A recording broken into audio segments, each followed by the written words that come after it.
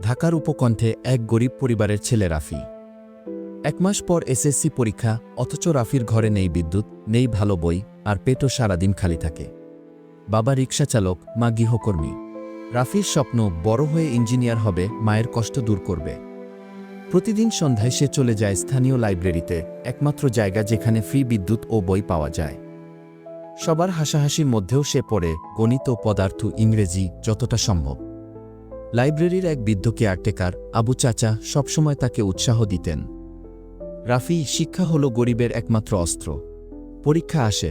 রাফি পরীক্ষার হলে পৌঁছায় ঠিক সময়ে, কিন্তু ঘটে অদ্ভুত ঘটনা। তার রোল নম্বর আর নামের তালিকায় নেই। শিক্ষকেরা বলে তার ফর্মই জমা হয়নি। রাফির চোখে পানি, জীবন যেন থেমে গেল।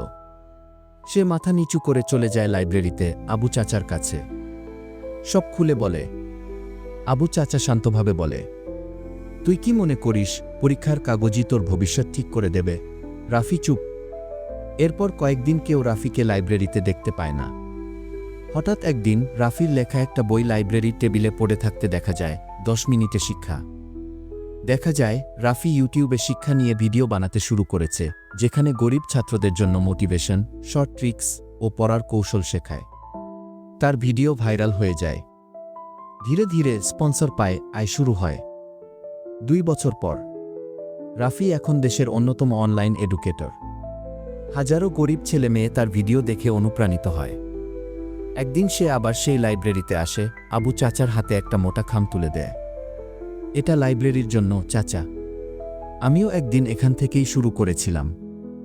আবু চাচা হেসে খাম নেন, বলেন, তুই জানিস তোর ফর্ম আমি ইচ্ছা করে জমা দিইনি। তুই পরীক্ষায় পাশ করলে চাকরির পেছনে ছুটতিস। আমি জানতাম তোর ভেতরে অন্য কিছু আছে, তুই অন্যভাবে জিতবি। রাফি স্তব্ধ।